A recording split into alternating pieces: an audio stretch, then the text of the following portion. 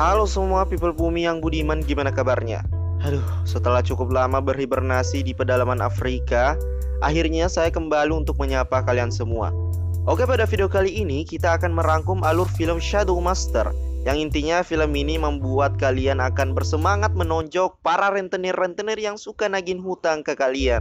Penasaran seperti apa filmnya? Oke, langsung saja kita masuk ke dalam alur ceritanya. Film diawali dengan memperlihatkan seonggok pria misterius yang membantai beberapa pasukan di sebuah gedung rumah sakit tak berpenghuni. Hingga tak lama berselang, beberapa pasukan tambahan pun diterjunkan untuk menangkap sosok pria misterius tersebut. Dan akhirnya ia pun berhasil ditangkap. Wish, keren cuy pasukannya. Cepet banget tangkapnya. Beda banget sama negeri Wakanda. Nangkap tikus kaki dua aja sulit sekali. Waduh. Selang beberapa hari, pemimpin pasukan yang bernama Russell membawa orang misterius tersebut ke sebuah ruangan interogasi untuk mencari tahu siapa yang telah membunuh belasan pasukan terbaiknya. That's what you can call me. Si gondrong menolak mandi ini mengaku bahwa ia bernama John. Dan pada saat itu juga ia menceritakan bagaimana perjalanan hidupnya pada saat berada di gedung rumah sakit.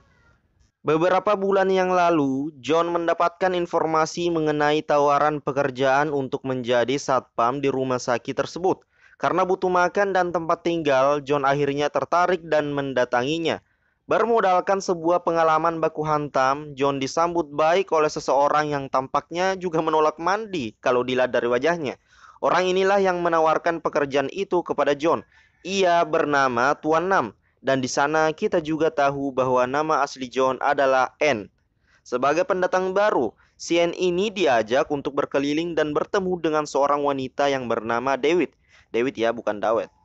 N akhirnya sedikit bercerita mengenai kisah masa lalunya ketika ia menjadi seorang anggota gangster kelas kakap yang telah membunuh beberapa musuhnya.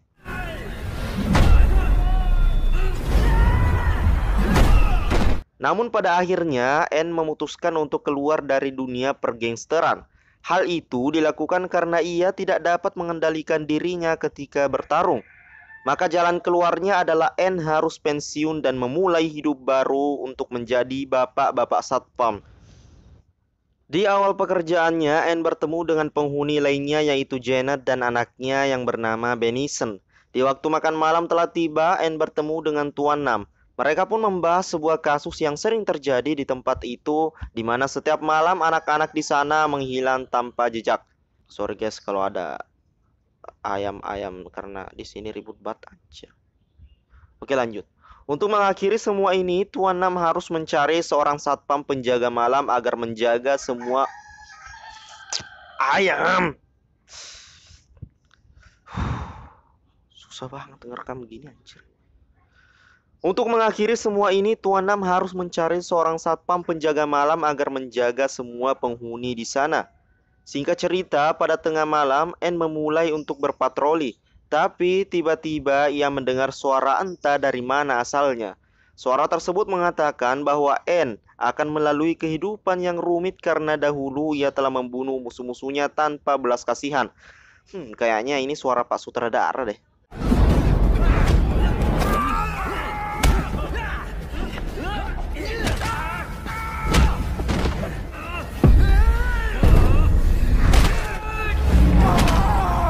Ternyata itu hanyalah sebuah mimpi dan ketika ia keluar, N melihat seorang wanita menangis karena telah kehilangan anaknya.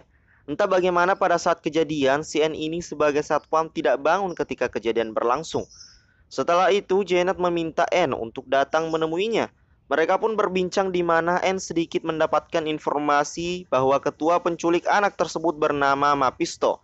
Mephisto sendiri adalah ketua dari 4 pendekar penunggang kuda yang berniat ingin mengakhiri peradaban. Dan dengan menculik anak-anak, Mephisto akan melakukan ritual dengan menjadikan anak-anak tersebut sebagai tumbal. Ketika Russell mendengar nama Mephisto, ia tampak terkejut. Dan meskipun hal ini berkaitan, Russell malah menghiraukannya. N juga mengatakan bahwa belasan anak buahnya berhasil dibunuh oleh 4 anak buah Mephisto. Pada saat itu, Anne juga mengakui jika dirinya telah membunuh keempat pendekar tersebut kecuali Mephisto yang mungkin masih hidup sampai saat ini. Kembali ke cerita Anne, di mana ia kembali mendengar bisikan aneh yang menunjukkan sebuah jalan menuju ruangan bawah tanah. Akan tetapi, Anne tidak berani memasuki ruangan tersebut. Ketika ia kembali, Anne melihat dua orang misterius yang membawa seorang anak. Sontak saja, Anne sebagai satpam komplek harus membebaskan anak tersebut dengan cara apapun. Namun sayangnya karena tak baca bismillah terlebih dahulu, Anne kalah dalam aksi baku hantam itu yang mengakibatkan dirinya terluka parah. Setelah itu, anak tersebut dibawa ke hadapan bos mereka yang tak lain adalah Mephisto. Usut punya usut, Mephisto dan anak buahnya adalah sosok manusia pemuja setan yang bertujuan ingin mengakhiri zaman menggunakan tumbal anak-anak. Di lain tempat, Anne mendapatkan perawatan dari Tuan Nam dan juga Janet. Tampaknya Anne tidak mungkin untuk diselamatkan karena luka tusukan yang mengenai perutnya. Akan tetapi, Tuan Nam mencoba dengan cara lain, yakni melakukan ritual dengan Raja Iblis yang bernama Hanuman. Meskipun Anne dapat diselamatkan, tapi jiwa Anne telah diambil oleh Hanuman.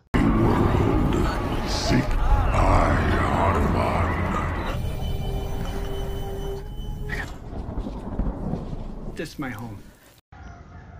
Setelah itu, Anne teringat akan masa lalunya ketika ia berniat ingin keluar dari dunia pergangsteran. Namun bosnya tidak mengizinkannya. Tak punya pilihan lain, Anne harus bertarung mati-matian melawan bos dan anak buahnya agar dapat hidup seperti yang telah ia inginkan selama ini.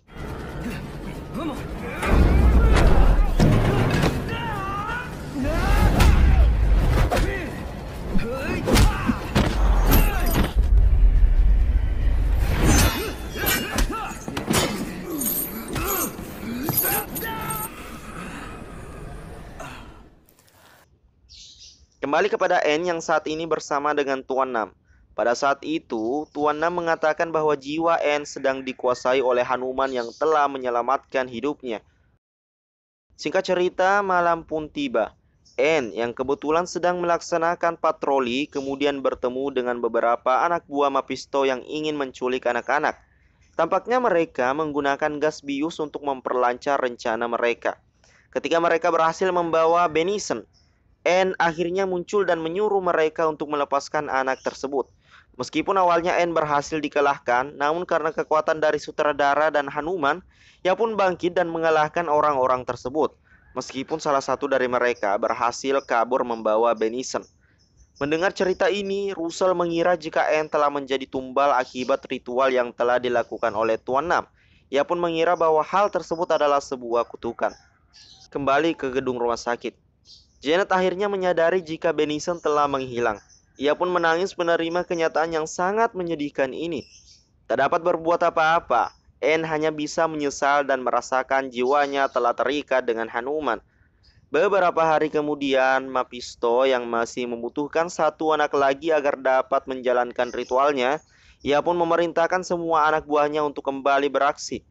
Namun dengan sangat percaya diri, Anne kembali muncul secara tiba-tiba dan membunuh mereka satu persatu.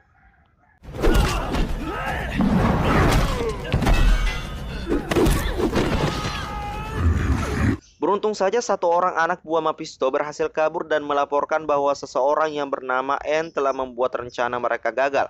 Karena Anne sendiri telah dibantu oleh sang Raja Iblis yaitu Hanuman sendiri. Ngechat si Anne ini. Mengetahui hal tersebut, Mephisto kemudian membuat rencana untuk membunuh Anne. Di tempat yang berbeda, Anne pun merasakan jika anak-anak yang telah menghilang beberapa hari yang lalu. Anne pun merasakan jika anak-anak yang telah menghilang beberapa hari yang lalu masih dalam keadaan hidup. Ia pun percaya Mephisto itu akan segera melakukan ritualnya di balik gerbang ruang bawah tanah. Untuk mengakhiri semua ini hanya ada satu cara, yaitu Anne harus merelakan jiwanya kepada Hanuman demi menyelamatkan anak-anak. Tampaknya Anne harus melakukan hal itu demi menolong anak-anak tersebut. Ia pun memerintahkan seluruh warga agar tidak keluar dan mengunci kamar mereka. Setelah itu, Anne memulai aksinya tersebut dengan cara memadamkan listrik. Dengan cara itulah Mephisto akan terpancing keluar karena untuk melaksanakan ritualnya, Mephisto sangat membutuhkan listrik. Tak mau dipermainkan, Mephisto memerintahkan semua anak buahnya untuk membunuh Anne. Ia juga mendatangkan sang pembunuh paling kejam yang bernama Samael. Glory of Rama.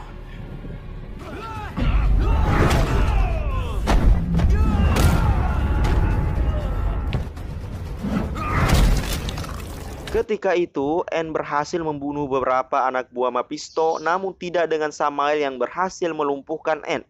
Merasa Anne butuh pertolongan, semua warga pun terpaksa keluar dari tempat masing-masing sehingga Samael harus melarikan diri untuk menyembunyikan identitas aslinya. Tak berdaya menghadapi Mephisto dan anak buahnya, Anne memutuskan untuk menyerahkan seluruh jiwanya kepada Hanuman. Hingga pada akhirnya ia mendapatkan tongkat Hanuman untuk menyelesaikan tujuannya tersebut.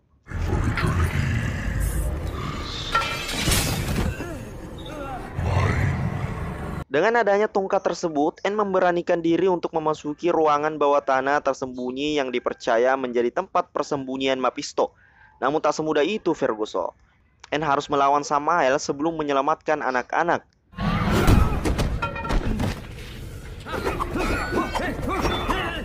Di tengah pertarungan mereka, Anne berhasil membunuh salah satu anak buah Mephisto lagi. Melihat kejadian itulah Mephisto berusaha untuk melarikan diri. Dan tersisa hanya Samael yang harus bertarung mati-matian untuk melawan si pendekar menolak mandi yang bernama Anne ini.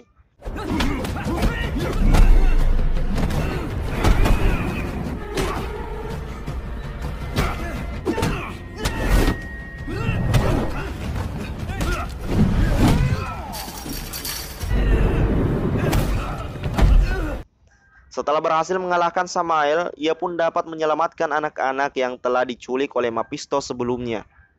Beralih kepada Russell, ia tampak sangat marah ketika Anne menuduhnya sebagai Mephisto. Meskipun Russell berusaha mengelak, Anne tetap yakin bahwa ia adalah Mephisto yang dulu melarikan diri setelah gagal mencapai tujuannya. Tak dapat melakukan apa-apa lagi, Russell kemudian berusaha untuk kabur. Akan tetapi dengan cepat Anne menghampiri Russell dan ia pun membunuhnya. Di akhir film, terlihat semua warga berterima kasih kepada Anne dan memohon agar dirinya tetap tinggal bersama mereka. Namun Anne tidak bisa melakukan hal tersebut karena ia harus pergi ke Indonesia untuk ngopi-ngopi bareng dengan saya. Film ditutup dengan goyangan ter-the best tahun ini.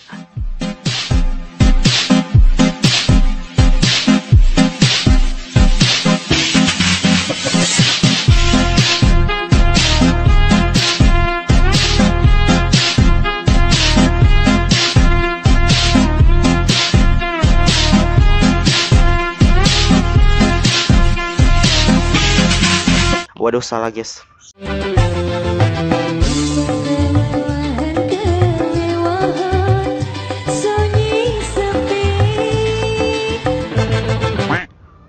Oke, itu dia alur filmnya. Gimana, apakah hari membosankan kalian terhibur dengan video saya?